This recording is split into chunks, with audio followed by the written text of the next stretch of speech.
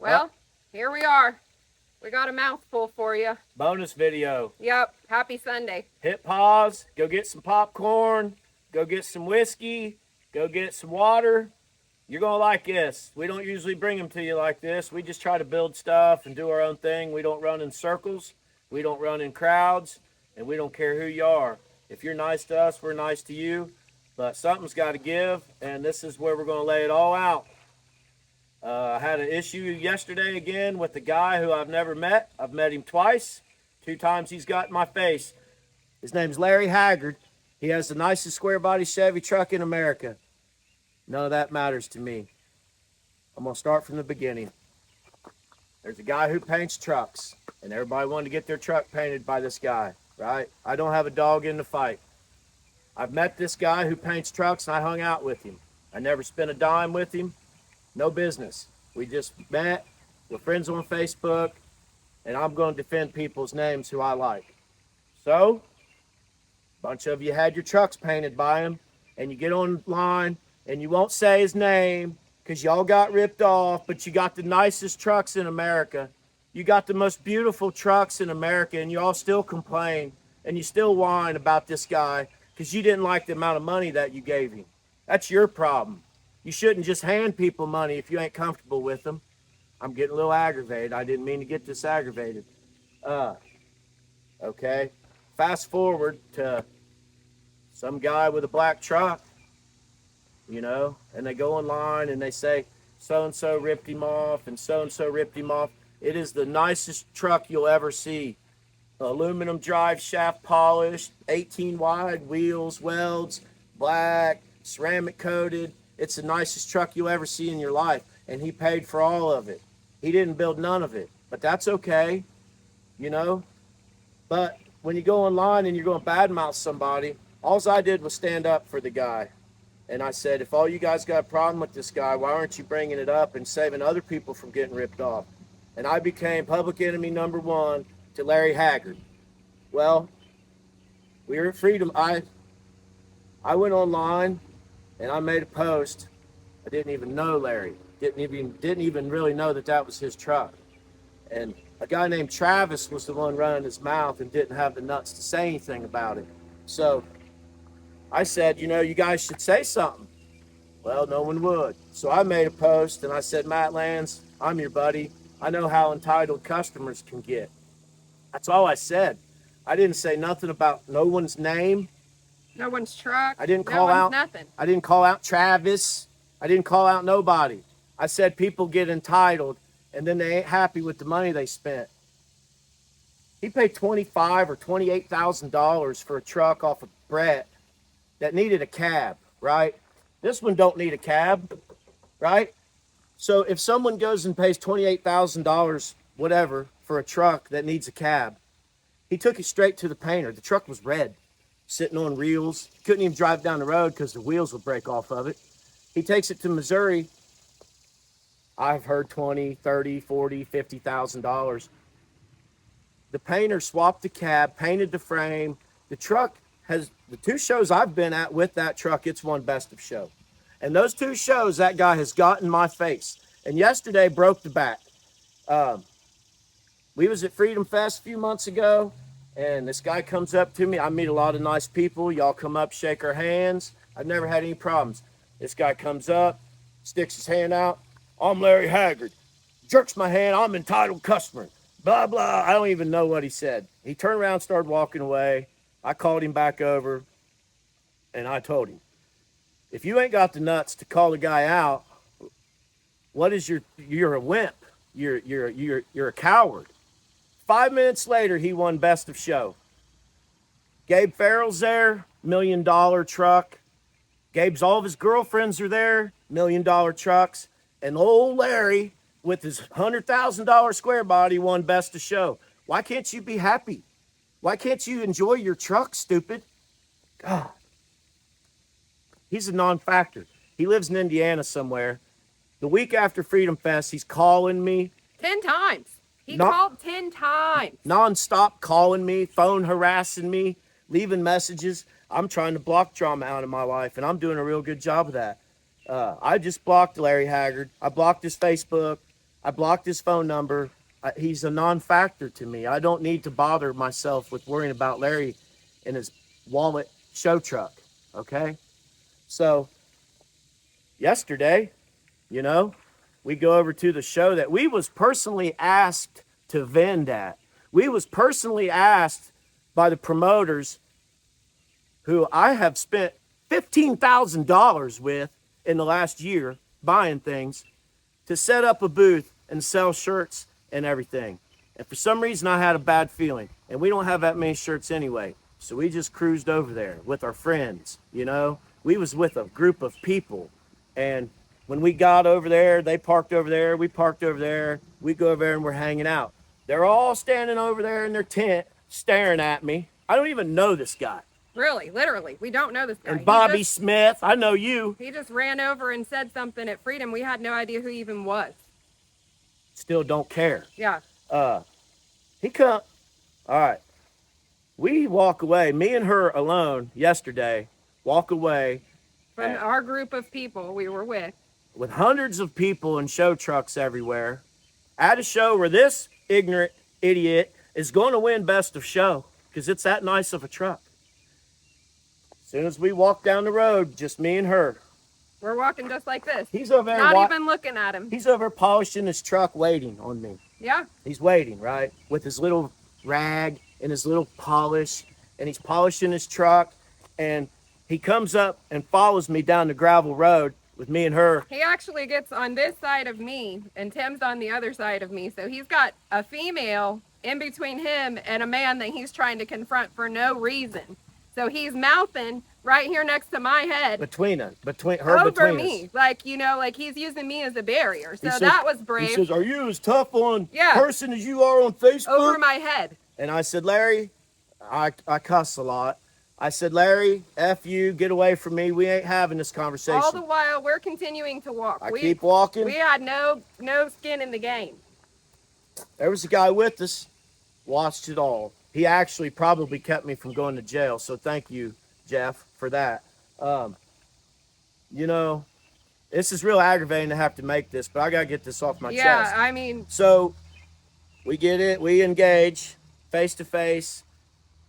He don't have no reason to not like me. None. He wasn't even making the post about Larry originally. Didn't know Larry. Larry has created this scenario and caused the most ridiculous scene you've ever seen yesterday at a show where he's also friends with the promoter. So that was really cool of you to do to the people that are hosting the show. Let me add this. Yeah, let's add some more. The promoter of the show had a truck painted by the same guy. And he went to Southeast Tennessee, whatever the fuck, last week or whatever, and won Best of Show. Yeah. So that's 2 trucks from Missouri that won Best of Show. And all you guys wanted to be on that train. No, paint our trucks. Here's money. Paint our trucks. Oh, I build my own. That's why I don't have zero respect for Larry Haggard, because you are a zero human to me. So here's the other kicker. Not only is he like using me as a barrier between the two of them because he's starting stuff, but you know, doesn't know what he's dishing out.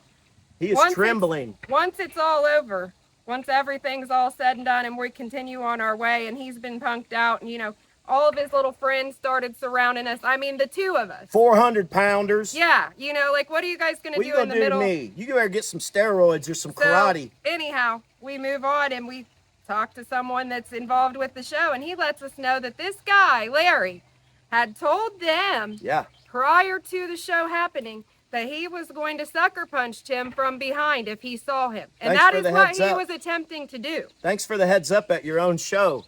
You know? Personally, if it were me and it were my show and someone told me they were going to attack someone that was my friend, I would say, you're not welcome to come to my show if that's going to be your behavior and your mindset. But that's me. If you handed me $5,000 last week for a goddamn truck, I might have your back a little bit, you know? I might. This is truth right here. Yeah. This is all truth. You can get mad at me and not ever talk to me again. I don't care. Not the people watching, the people involved. Right. Back to the scene. He is trembling. I've been in a lot of fights, okay? He is trembling. His face is moving. His hands are shaking. The adrenaline is messing him up. And I've been in enough of those to where I don't have that adrenaline because I won't lose. It was clear that what he was doing was trying to provoke Tim in a scenario where Tim was by himself and his friends were around him, so that Tim would hit him and he could go sue Happy, or he could say whatever he wanted to say. But this man has initiated this confrontation from the beginning. We don't know or care about Larry in any way, shape, or form. I do now. There won't be a third time, okay? So I'm going to tag this video for everyone to show you, Larry. There won't be a third time. And you are personally welcome to come to the Peace and Grease car show in May. But I don't think you have what it takes to pull in here. I don't think you do. Because you are scared. You're trying to make a scene because you have a lot of money. You're trying to get me to attack you. And maybe I will, because I don't have nothing to lose. So keep going down these roads, Larry. You're going to be a little bit famous on Sunday. We ain't that famous. I wish we had 100 or 200 or 300,000 followers. We want you all to know, when you see these pictures going around the internet of the black Chevy with boggers and welds and the polished drive shaft, that guy's a piece of shit, okay? I'm telling you that. I cannot say it enough. He followed me down the road in front of women and children, and I lost my mind. And I scared him into not doing anything. I got my finger this close to his face, and he wouldn't do nothing. He wanted Tim to be the one to make the move so he could, I don't know, stick his fat goonies on us or something. Got punked out, Larry. I don't really know, Larry, but that didn't work out, and this ain't going to work out for you either, brother. You better get on some steroids, Larry, because you ain't going to win this fight, Larry. And you ain't going to catch me alone again, Larry, because I have an army behind me. That's it. So after this video, we'll be back to regular scheduled programming. Yeah. Sorry for the drama, but like no, that's really what happened. And it come to me. The drama came to me. We had no beef. No. A guy told me one time, a person can't win a fight who's in the wrong. Larry's in the wrong. Yeah. You can't touch me, Larry. You can't do nothing to me. Nothing that you can do will bother me. No.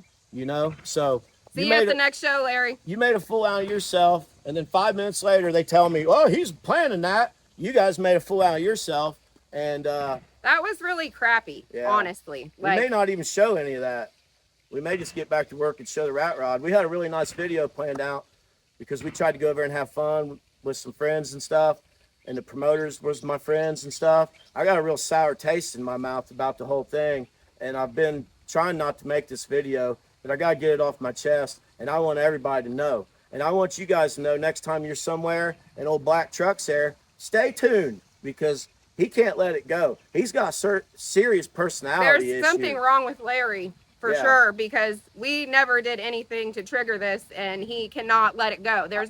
He could have just stayed over there polishing his wheels while we walked quietly by, but he didn't. He provoked everything, and he was trying to. So nice try, buddy. Yeah, and in front of women and children and everything. Yeah. You don't have the nuts to catch me out alone or come pull in my driveway. You don't have none of that, you know? So I'm sure this will fester it up more. Yeah. That's my plan. I play psychological warfare. I'm not going to hit you. I'm not going to let you get the chance to sue me. You could try to sue me for slandering you right here. I wish you would. But it's just the truth. I got lawyers too, you dumbass.